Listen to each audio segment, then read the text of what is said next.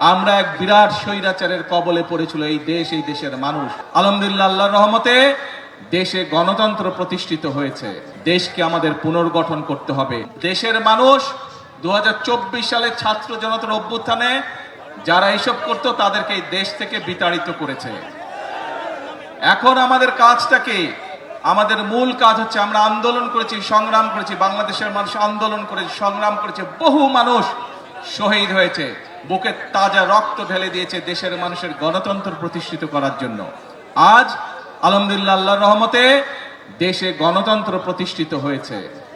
আপনারা আপনাদের জনপ্রতিনিধি অর্থাৎ যারা এলাকার উন্নয়ন দেখভাল করবে, এলাকার রাস্তাঘাট হলো কিনা দেখভাল করবে, এলাকার মানুষ চিকিৎসা পেল কিনা দেখভাল করবে, এলাকার সন্তানরা শিক্ষা ব্যবস্থা ঠিকভাবে পাচ্ছে কিনা, স্কুল কলেজ হচ্ছে কিনা দেখভাল করবে, ব্রিজ কালভার্ট তৈরি করবে, মসজিদ মাদ্রাসার সংস্কার করবে, সেই সকল ব্যক্তিকে আপনারা নির্বাচিত করে সংসদে পাঠিয়েছেন, যারা এলাকার মানুষের কথা বলবে এবং এলাকার জন্য কাজ করবে।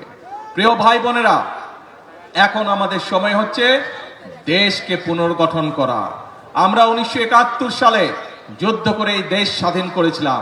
ঠিক একই সময় পৃথিবীর অনেকগুলো দেশ, আমাদের এই এশিয়া মহাদেশে অনেকগুলো দেশ সেই সময়ও স্বাধীন হয়েছিল, তার একটু আগে পিছে দিয়ে, কিন্তু সেই দেশগুলো আমাদের থেকে অনেক এগিয়ে গিয়েছে। আমরা এক বিরাট স্বৈরাচারের কবলে পড়েছিল এই দেশ, এই দেশের মানুষ। সেই স্বৈরাচার থেকে, কবল থেকে এই দেশকে, দেশের মানুষ মুক্ত করেছে। যেভাবে ঠিক 1971 সালে হানাদার বাহিনীর হাত থেকে বাংলাদেশের মানুষ স্বাধীনতাকে ছিনিয়ে নিয়ে এসেছিল।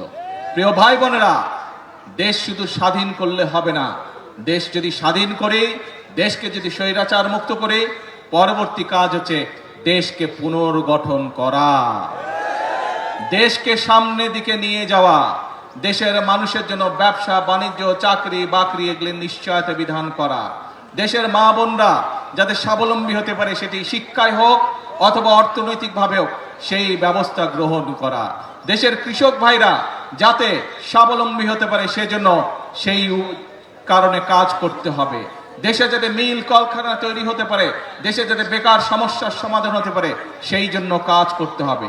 দেশে যাতে আইন শৃঙ্খলা সঠিক থাকে, মানুষ যাতে, নারী হোক পুরুষ হোক, দিনের যে কোনো সময় যাতে নিরাপদে রাস্তা দিয়ে চলাচল করতে পারে, যারা ব্যবসা বাণিজ্য করে তারা যাতে নিরাপদে ব্যবসা বাণিজ্য করতে পারে, এই ব্যাপারগুলোকে নিশ্চিত করতে হবে।